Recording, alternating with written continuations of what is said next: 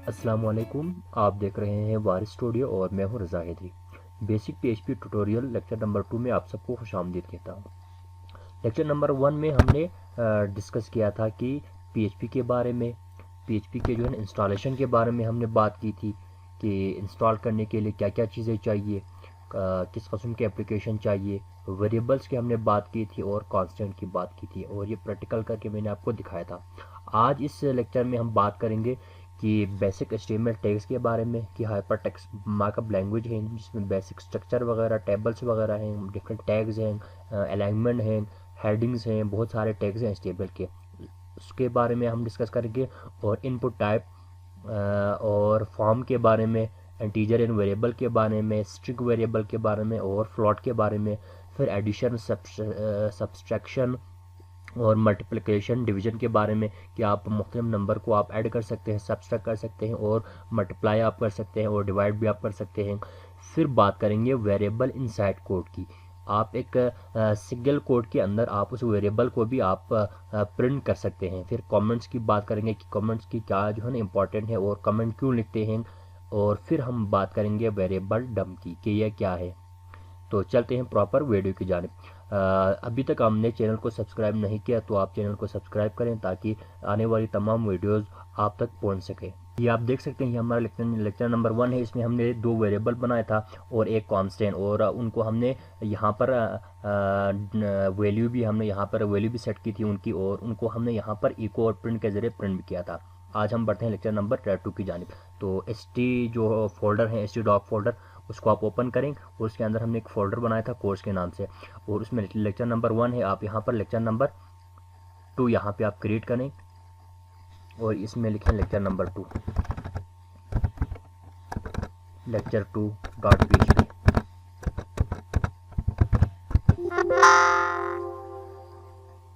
Right click करके आप इसको एडिटर में ओपन करें, ये देखें, और यहाँ पर PHP को हम ओपन करेंगे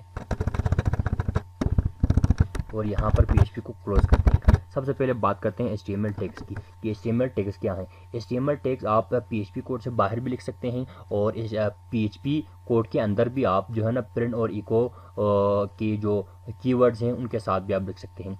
तो यहाँ पर हम एक मैसेज लिखते हैं, फ़र्ज़ करें यहाँ पे हम लिखते हैं echo lecture number 2, lecture number 2, ये एक मैसेज है। और अगर आप इसमें HTML टैग यूज़ करेंगे, अब हम इसको ज़रा रन करते हैं। यहाँ पे हम लिखते हैं लेक्चर नंबर 2,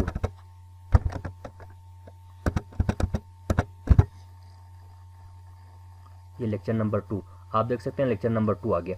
अब हम HTML टैग यूज़ करेंगे। HTML टैग क्या है, यहाँ पर भी एक टैग है जिसके ज़रिए आप किसी भी टेक्स्ट को आप बोल्ड कर सकते हैं, और टैग्स को ओपन किया और आप स्लैश बी के जरिए उस टैग को आप क्लोज भी करें। अब हम जो ही इसको रेफ्रेश करेंगे, ये लेक्चर नंबर 2 ये बोल्ड होकर नजर आ गया हमें ब्राउज़र के ऊपर। अब आप देख सकते हैं ये आप बोल्ड हो चुका है। इसी तरीके से बहुत सारे टैग्स हैं और हेडिंग्स टैग्स हैं, टेबल्स के हैं, href के हैं, इमेज टैग्स हैं, बहुत सारे जो है ना टैग्स हैं। उसके बाद हम यहाँ पे बात करते हैं कि इनपुट टाइप की, कि हम यहाँ पर कुछ फील्ड्स बनाएंगे और फील्ड्स के ज़रिए हम वैल्यू इंटर करेंगे और वैल्यू को हम फिर वहाँ पर ऐड करेंगे, सब्सट्रैक्ट करेंगे। यानी हम यूज़र से, ब्राउज़र से हम कोई इनपुट लेंगे हम, और उस इनपुट के बेसिस पर हम उसकी फर्दर जो है ना कैलकुलेशन हम जो है ना यहाँ पे उसकी कोडिंग लिखेंगे और प्लस करेंगे, उसको माइनस करेंगे और डिवाइड करेंगे। तो सबसे पहले हम यहाँ पे बनाते हैं इनपुट टाइप। तो यहाँ पे हम फील्ड बनाने के लिए यहाँ पर फिर HTML है, यहाँ हम कोड लिखेंगे। यहाँ पे आप लिखें PHP को आप क्लोज करें, यहाँ पे लिखें इनपुट टाइप। टाइप क्या है, टेक्स्ट, ये आप टेक्स्ट लिखें और इसको कोई नेम दे दें। नेम में आप यहाँ पे लिखें फर्स्ट, उसके बाद आप यहाँ पे BR ब्रेक लिखें, यहाँ पे आप लिखें फर्स्ट वैल्यू, और उसके बाद इसी को आप फिर कॉपी करें और यहाँ पे आप लिखें सेकंड, ये है सेकंड वैल्यू। इसको आप रिफ्रेश करें, फिर देखते हैं क्या होता है। अब आप इस तरीके से जो है ना टेक्स्ट फील्ड बना सकते हैं। इस यहाँ से हम वैल्यू देंगे और जो है ना वहाँ पर हम जो मेथड्स हैं, पोस्ट मेथड हैं, गेट मेथड हैं और रिक्वेस्ट मेथड हैं, उसके ज़रिए हम वैल्यू को गेट करने की कोशिश करेंगे।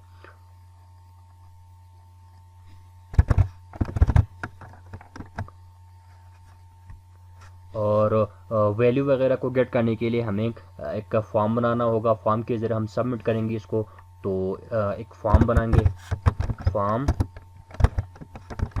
मेथड हम यहाँ पे लिखेंगे पोस्ट और एक्शन।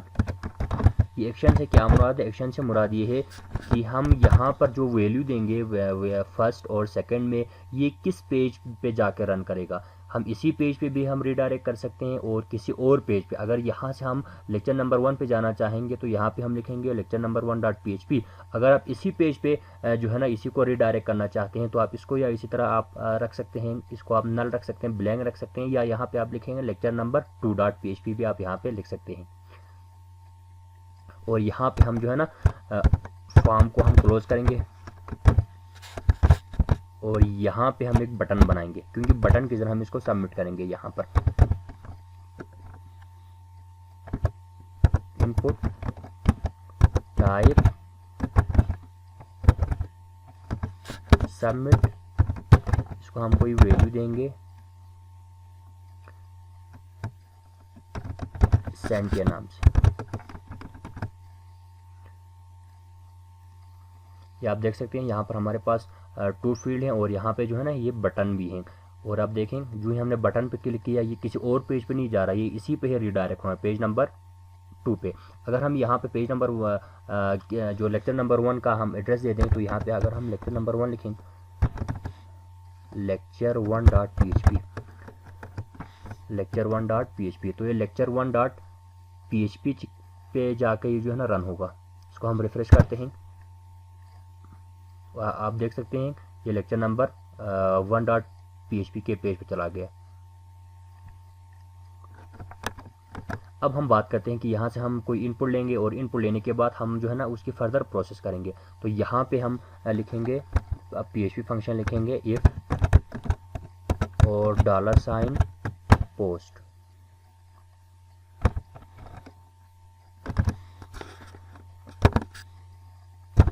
और यहाँ पे ब्रैकेट को ओपन करेंगे। ब्रैकेट को ओपन करने के बाद हम यहाँ पर वैल्यू जो यहाँ पे हमने लिखा है नेम फर्स्ट और सेकंड, इन दोनों से हम वैल्यू यहाँ पे गेट करेंगे।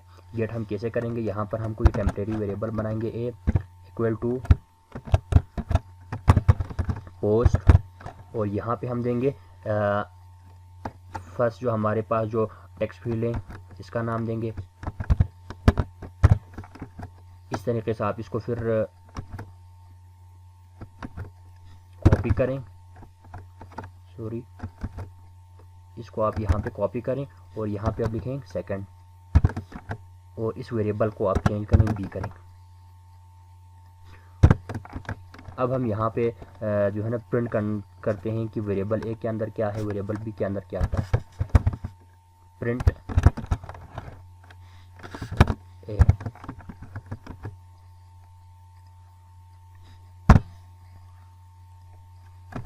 ट्वेल्व 33, आप देख सकते हैं यहाँ पे 12 लिख के आ रहा है। क्या अभी हमने फर्स्ट वैल्यू को हमने प्रिंट किया था, सेकंड को प्रिंट नहीं किया था। अब आप सेकंड को प्रिंट कर सकते हैं और दोनों को आप यहाँ पे जो है ना प्रिंट कर सकते हैं। इसी तरीके से आप यहाँ बी को प्रिंट कर सकते हैं। तो सबसे पहले हम यहाँ पर जो है ना इन दोनों नंबरों को हम यहाँ पर ऐड करेंगे। ऐड कैसे करेंगे? हम यहाँ पे एक और वेरिएबल बनाएंगे सम के नाम से। एक वेरिएबल बनाया सम और इसमें हमने ए प्लस वेरिएबल बी, और उसके बाद यहाँ पे हम लिखेंगे इको और मैसेज देंगे the sum of 2 number is, the sum of 2 number is. और यहाँ पर आप इसी जो सिंगल जो कोड है, आप कोड के अंदर भी आप जो है ना वेरिएबल को प्रिंट कर सकते हैं सम। और यहाँ पे हम बी आर लिखेंगे। बी आर लिखने से ये क्या होगा, नेक्स्ट पेज टर्मिनेट होगा और अगली लाइन पे चल जाएगी। इसी तरीके से आप इसको कॉपी करें, यहाँ पे आप माइनस है, यहाँ दरमियान में आप लिखेंगे माइनस,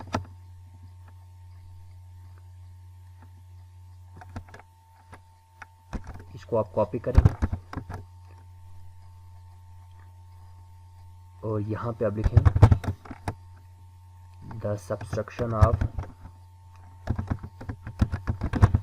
टू नंबर इज। इसी तरीके से आप इसको फिर कॉपी करें और पेस्ट करें और यहाँ पे आप लिखें मल्टीप्लाई स्टेरिक साइन और यहाँ पे कोई वेरिएबल आप नाम दे दें MUL, द मल्टीप्लिकेशन ऑफ या the multiply of two number is MUL और इसको आप कॉपी करें और यहाँ पे आप दे दें इसको हम करेंगे डिवाइड।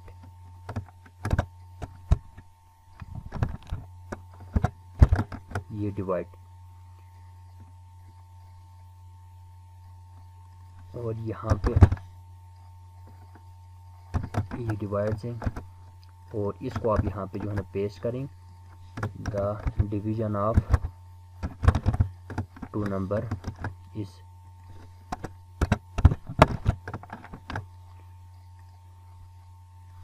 इसको हम रिफ्रेश करते हैं, लाइन नंबर 16 पे कोई एरर है,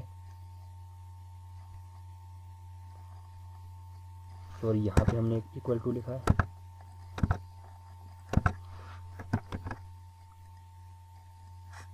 अब आप देख सकते हैं ये लेक्चर नंबर 2 है, फर्स्ट वैल्यू है। फर्स्ट वैल्यू हम यहाँ पे देंगे 30, सेकंड वैल्यू देंगे 10। अब जो ही हम सेंड बटन पे क्लिक करेंगे ये इसको प्लस भी करेगा, माइनस भी करेगा, डिवाइड भी करेगा और मल्टीप्लाई भी करेगा। अब आप देख सकते हैं the sum of two number is 40, यानी 30 + 10 40 और इसको सब्सट्रैक्ट किया तो 30 में से 10 20 और इसको मल्टीप्लाई किया तो 300 और इसको अगर डिवाइड करें तो यहाँ पे मार्ड का आ रहा है, मार्ड का, सॉरी हमने यहाँ पर इसका मार्ड नहीं निकालना है, हमने इसको डिवाइड करना है। आप इसको रिफ्रेश करें, यहाँ पे 3 आना चाहिए, 3, ठीक है जी। अब हम एक और इनपुट दे देंगे यहाँ पर 40 हैं और ये 20 हैं, या कोई हम यहाँ पे 8 लिखते हैं और यहाँ पे हम 2 लिखेंगे